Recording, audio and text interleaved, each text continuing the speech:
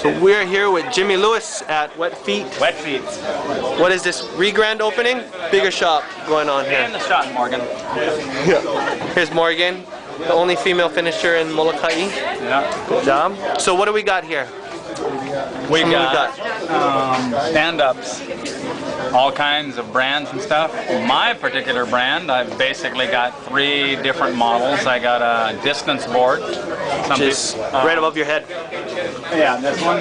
And some people call it a race board. I just call it a distance board because I don't think it's going to win a top-notch race with guys with 16 or 18-foot boards. Unless maybe you're riding it, then it would win. Yeah, but thanks. It's my boards, I'm trying to make it fun for everybody. The average guy.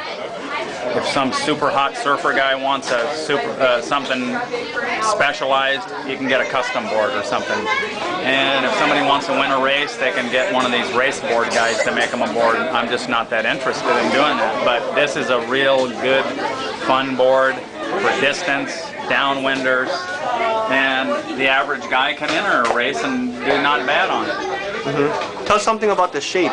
How does the shape on this differ from your other boards? It's a lot straighter rocker, and it's harder edges, and it's got a lot of nose rocker to keep it out of the water when you're going down swells or something, and a big V in the nose. And it's made to like catch swells and glide, and it's wide enough to be stable for an average guy, or even a good guy, you know. I mean, my theory is always, some people say, oh, that board's made for an expert, and I'm not that good. And it's like, if I can make a board that allows you or anybody to be able to express their ultimate ability, whatever that is, that's a good board. If the board has little quirks that hangs you up for something, it's not a good board. Mm-hmm. And whatever, like say, if I made an average guy a board that was just magic for him, that board would probably be magic for somebody that's super good too. And if the guy, I mean, for example, Dave Kalama, he can ride anything, but his boards may not be the best in the world for everybody else. It's just he's got the ability to make anything work. My boards, I try to make them so they're super easy to ride. And if they're easy to ride, you're going to be able to pretty much do what you want on the wave or on the water or whatever you want to do. And so that's my race board. And then I got the wave line. I've got a 9/8, a 10-foot, a 10-4, and a 10/8. And they're just progressively bigger or smaller boards. Same template, just a everything's about the same, but you know, it's basically the same thing. But you know, you don't just push a button and expand it up. You gotta change a few things. Like you don't just bend up the rocker on a foot longer board. You gotta, you know, fair it. It's all a matter of blend and flow. And just because you're increasing the length doesn't mean you're going to keep the same width or vice versa, you know. It's like you have to, it's all kind of a little mathematical thing, but a lot of it's just in what I see and feel. And if you put them all next to each other, they're going to look exactly like they're just blown up versions of it. But there's little differences in them just to make it work. For example, like when guys used to make windsurf sails on the computer, they'd have a 5 meter, a 5.5, and a 6 meter, and a 6.5. And you would think all of them would work exactly the same in progression because they did it on their computer. But one of the sails out of the whole group would be a magic sail and the other ones wouldn't quite do it because they need to tweak other little things about it to make it work at that size. And that's what I try to do. And then my other line is what we call the all-around line. The original board I made was just basically for stability. These are the ones with the squash tails, right? Yeah, it's a square tail. Yeah, a square tail. But I think I remember you tried one of my very first ones with the round bottom. No, my very first. Oh, that one was not stable. Real hard to ride. And when I made that board, I realized that is not a good stand-up board at all. So I made this one strictly for balance. And then, like when people would, it was the 11-footer I made originally, 11-foot by 30 with a dead flat bottom and a real nice rocker, and it was basically shaped like a longboard.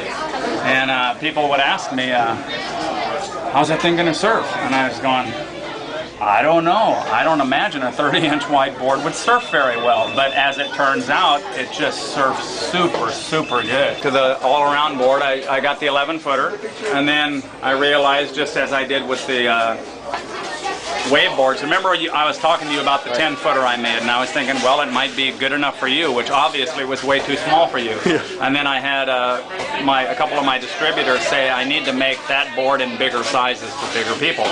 So I made the 11-footer, one of my original boards, and I realized I could use the exact same shape for slightly smaller people. And so I made the 10-6 and a 9-10. But it's the exact same shape, just scaled down for a smaller person.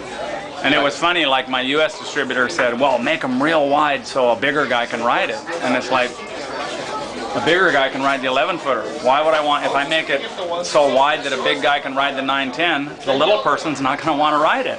And I go, I just didn't understand his logic. You know, and finally I made him see, I go, we make different sizes for different size people. You know, there's nothing different about the shape, just got to have a proportioned board for a proportioned person, you know?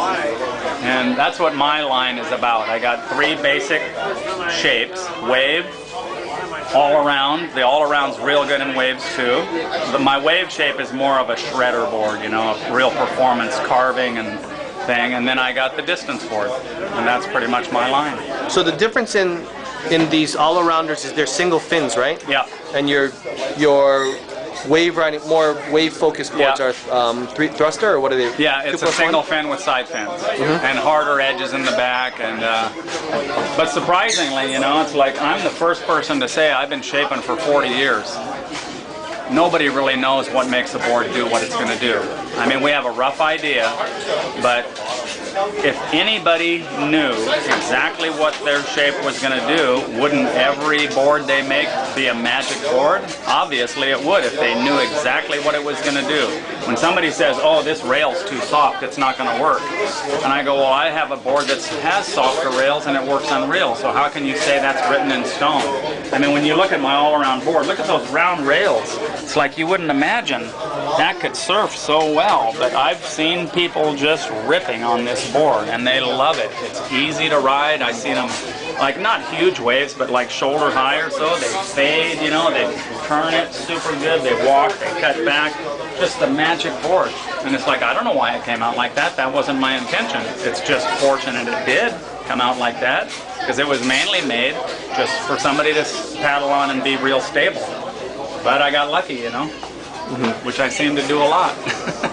Are you going to make more of these distance boards? I haven't thought about it. I'm not that interested. I'm not interested in making any 16-foot or something, you know, boards that, you know, there's not a market for it, I don't think, really, you know. And I've had some friends ask me to make them some custom boards, and I just don't, I'm not interested in working like that anymore like I used to. In fact, I met a guy here tonight who does make custom race boards, and I asked him for his card, so when people ask me, I can just say, go to this guy, you know.